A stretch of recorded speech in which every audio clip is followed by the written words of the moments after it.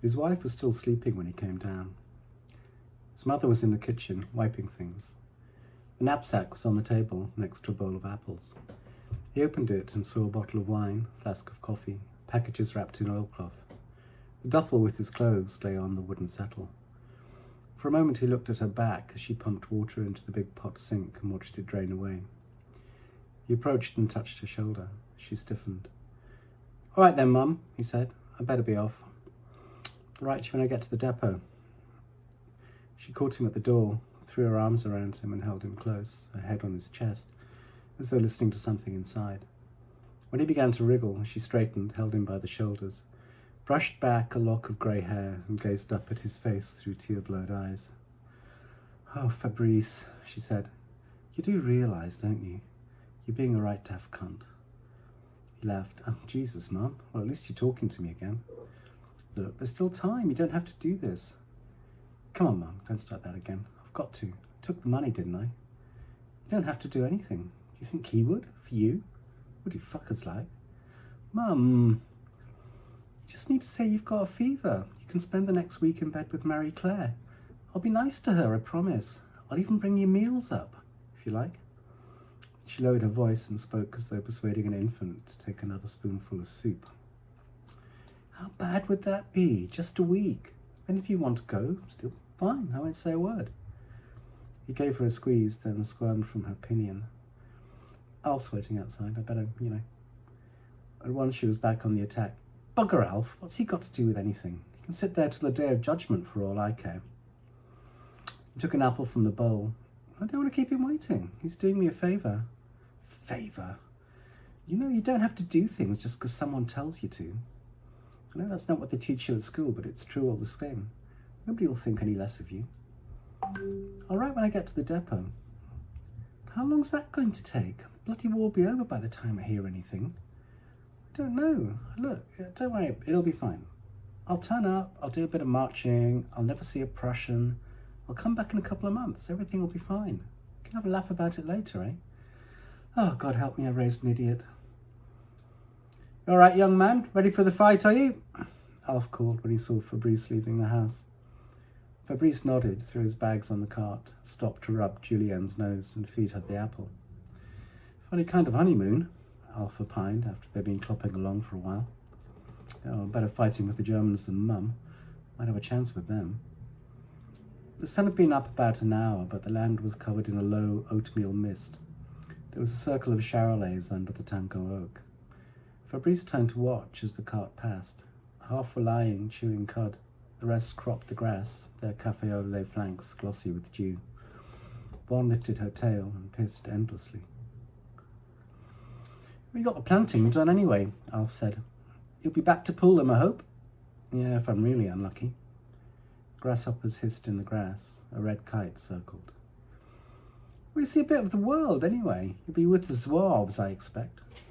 "What makes you say that?" "Zouaves." He finger-combed his greying beard.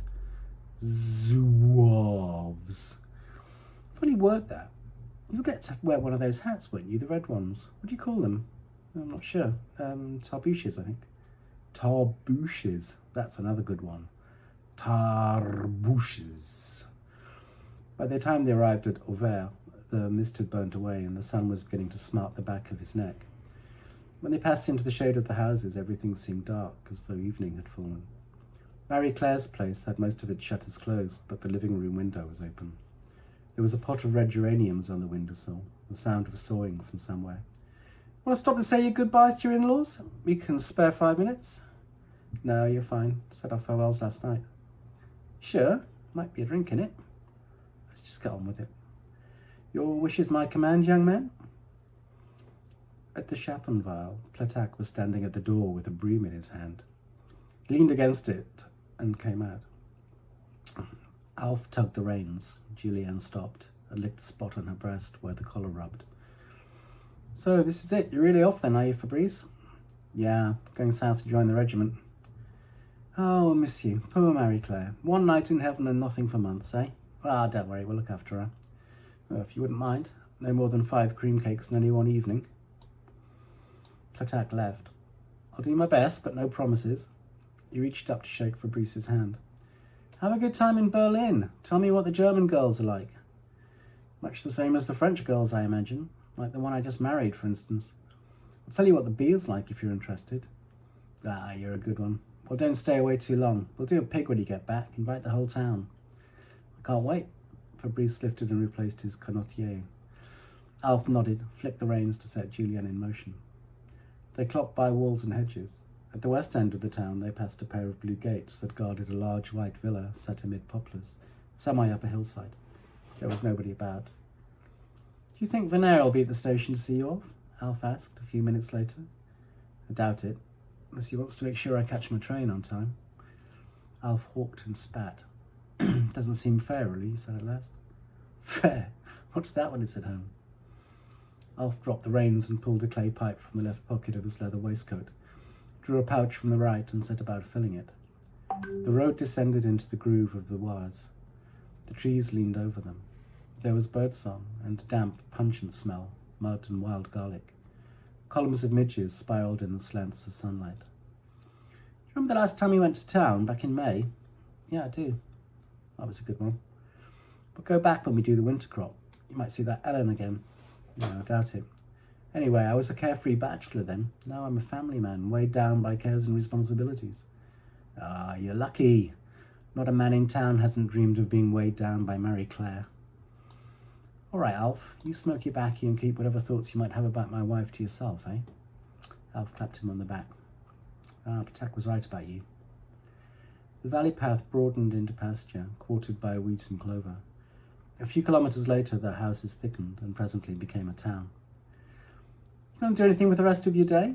Fabrice asked, and as he said the words, wondered if there had been some reason Alf had been so willing to transport him to Pontoise. Ah, you know, thine will be done. Yeah, well, try and stay out of trouble if you do. Oh, it depends what you mean by trouble now, doesn't it? There's trouble and there's trouble, just like there's good and there's bad. They came onto the Rue Thiers, and a little while later arrived at the square in front of the station. Alf looked at the clock in its facade. We've got time for some breakfast if you like. You should be sure and keep your strength up. Fabrice followed his gaze. Well, at least I can do is buy you a coffee, I suppose. He took his bag and carried them to the Café Marigny, while Alf led Julien to the granite trough, looped her reins into one of its staples. A party of 4 men was sitting at the cafe's only other table.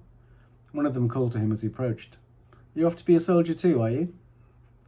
That I am, Fabrice said. Where have they sent you lot? All over the shop. He's going to Brest, he's got Poitiers, I'm off to Marseille. Well, I've got Oran, if you can believe it. Oran? You're going to miss all the fun. Oh, fine by me. That's not very patriotic, said another of the men, a youth really, judging by his unformed features. No, it's not, is it? Alf came shambling over and sat himself down, legs splayed. He took off his shapeless felt hat, fanned his face, and nodded to the other table. Right, chaps, at least you've got good weather for your little jaunt. The other table acknowledged that this was so. Out of curiosity, Fabrice said, do any of you lot know what it's about? I ask because I've actually got no idea. We're going to fight the Germans, said the youth. No, he's asking why are we going to fight the Germans, said the first man. All I know is I got my marching orders, but there must be good reason. Well, I think war's been declared, hasn't it? Said the proprietor of the Marigny, coming out to do his job. That's what the papers are saying. Oh, well then, that's probably it, said Fabrice. We'll have 2 coffees and whatever you've got in the way of breakfast. The 10 o'clock sun throbbed in the Sunday sky.